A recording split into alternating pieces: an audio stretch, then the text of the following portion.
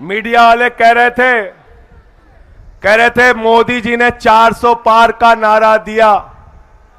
हमने कहा सिर्फ 400 पार का नारा क्यों नहीं 600 पार का नारा दिया।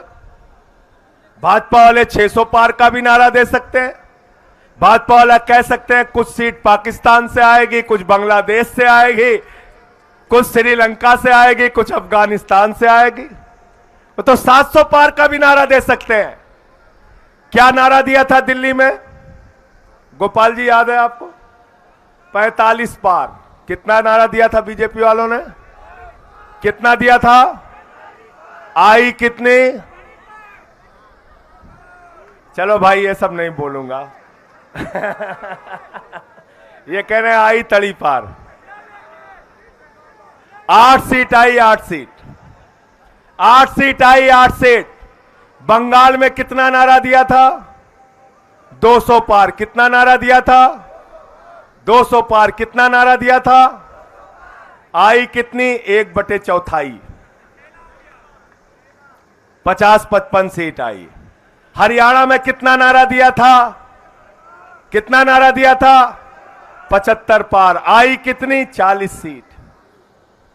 मेघालय या मिजोरम कौन सा अभी मुझे चुनाव बता रहे थे, वहां नारा दिया था 21 पार, वहां आई 1 सीट।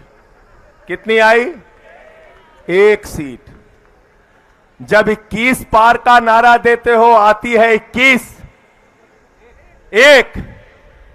जब 200 पार का नारा देते हो आती है 50। जब 45 पार का नारा देते हो आता है 8। तो जब 400 पार का नारा दे रहे हो तो आएगी 4। थोड़ा कम बोल रहे हो तुम लोग, इतने 4 थोड़ा है। 40 तोमर जी कह रहे हैं 40 आएगी।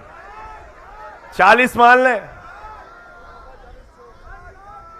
चलो बहुत ताकत लगाएंगे, 100 आ जाएगी। इन जुमलों में मत फंसना, इन जुमलों के चक्कर में मत फंसना, मैं आपसे कहना चाहता हूं। बैठ जाओ, बैठ जाओ। और एक चीज बताओ, इतने दिन से मीडिया वाले पत्रकारिता का कवरेज कर रहे हैं, बहुत सारे नेताओं को इन्होंने देखा है। रामनिवास गोयल जी हमारे बड़े वरिष्ठ नेता हैं, इन्होंने भी बहुत सारे नेताओं को देखा है। रामनिवास जी जरा मुझे बताइए, हिंदुस्तान का कोई नेता अगर 400 पार सीट का नारा देकर उसके मन में विश्वास है कि 400 सीट आएगी, तो कभी वो मुख्यमंत्री को गिरफ्तार करेगा क्या? करेगा क्या? करेगा क्या?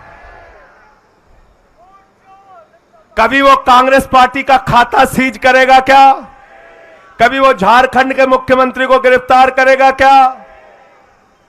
भैया 400 पार का जिसका नारा होता है और उसको यकीन होता है कि हमारी सरकार बन रही है, वो ऐसे हथकंडे नहीं अपनाता। इसलिए मोदी जी हार रहे हैं और 2024 में वापस जा रहे हैं।